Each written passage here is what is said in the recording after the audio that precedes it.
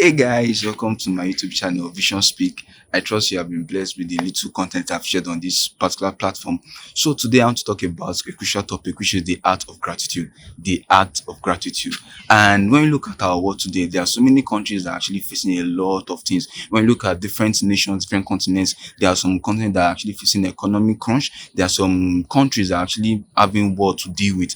And this enough is actually causing a lot of socio-economic status of every individual to actually go down, and people cannot even afford things that they ought to buy. And there are times that when you look at your plans that you've actually set for yourself, maybe throughout this year, and look as if you have not even smashed even up to half of it, and it's you are thinking like that God has not been so good to you, and it look as if things are not just working out well, even in your career or in your business. Maybe for instance, you have been trusting God for a promotion at work, and it's as if it's not even coming true.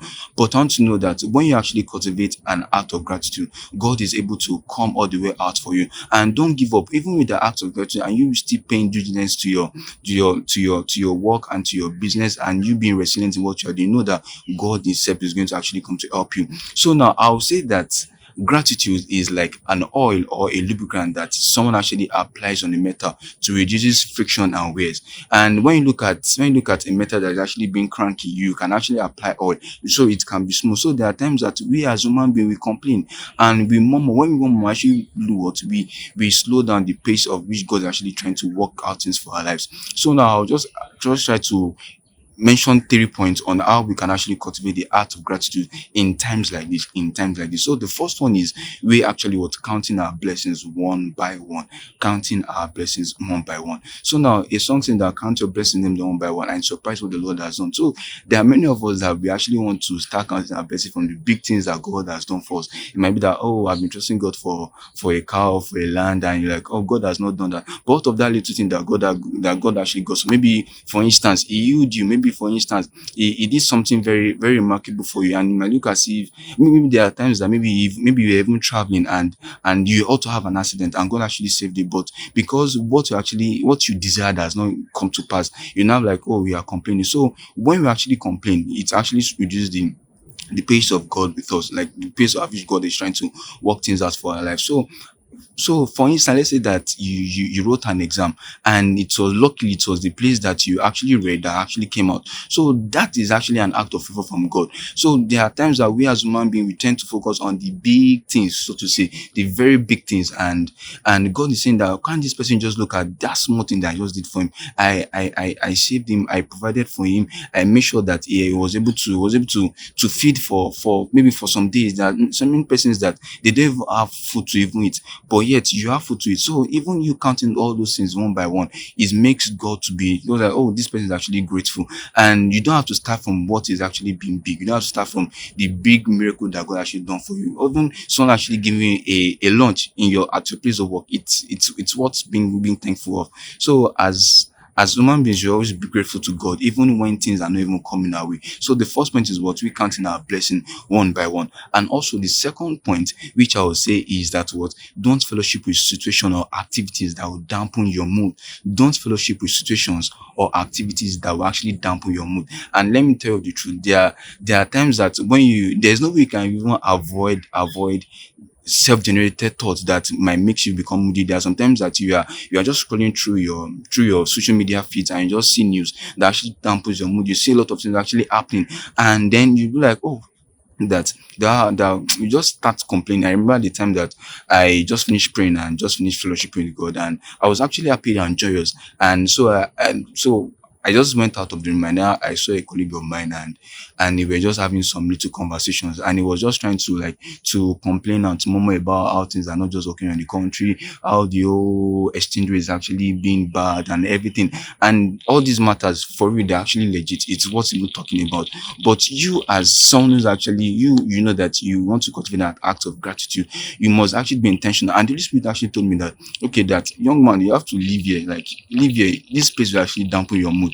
And do you know that if that had not left there, I might have actually have contributed in actually like trying to complain and, okay, like just trying to like let's just suit himself, like, oh, that yeah, that's true, that this thing only God will help us. We just have to make sure that we push in. We just have to make sure that we help our leaders in little way. Like people actually try to actually come out to ensure that things actually work out well.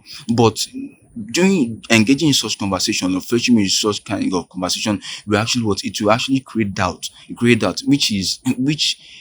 which no man can actually be able to receive anything from God, because when you are doubtful, you can't receive anything from God. So it's very important that we as believers, as anyone, we can be able to what to come to the place of knowing that okay, these are the right conversation that I have to make at this particular time. Okay, I don't have to make this kind of conversation. And through that, you'll be able to know, okay, now that anytime you are going through your social media feed, you are looking at content that will actually make you to be happy, and also to be what to be just. Let's say for instance, there are times that you are walking across the road and you just see a lot of things happening, and you're just like, ah, God, maybe on the news, and you're just like, ah, God, that like I wish this thing can be solved, which is very good, like it's very legit.